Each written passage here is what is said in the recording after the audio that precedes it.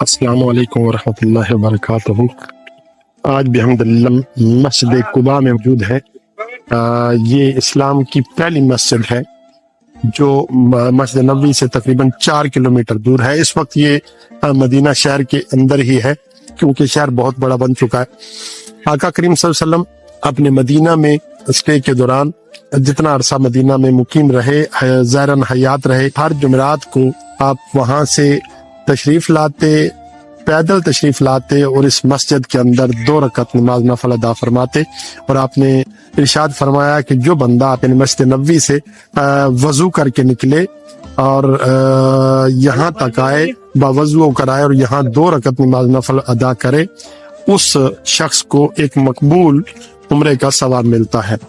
تو آج اللہ تعالیٰ کی ذات نے اس سعادت سے ہمیں دیدار یاب کیا۔ یہ مسجد کی سیڑھیاں ہیں، وہ جو اس طرف والی سائیڈ ہے وہ عورتوں کے لیے بنائی گئی ہے، اور یہ والی سائیڈ جو ہے یہاں پہ مردوں کی انٹری ہے۔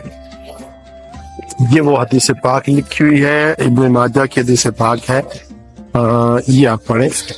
آقا کریم صلی اللہ علیہ وسلم کا جو فرمان مبارک ہے، یہ بالکل میں نے آپ کے سامنے کر دی، یہ پڑھی جا سکتی ہے اسکرین کر کے۔ یہ سین کا ایریا ہے، یہ جو جالیاں سے پیچھے لگی ہوئی ہیں اس طرف عورتوں کا علاقہ ہے، یہاں وہ نماز پڑھتی ہیں پردہ، اور اس طرف یہ مردوں کا ایریا ہے۔ یہاں پہ بندگان خدا دنیا بھر سے آئے ہوئے نوافل ادا کر رہے ہیں۔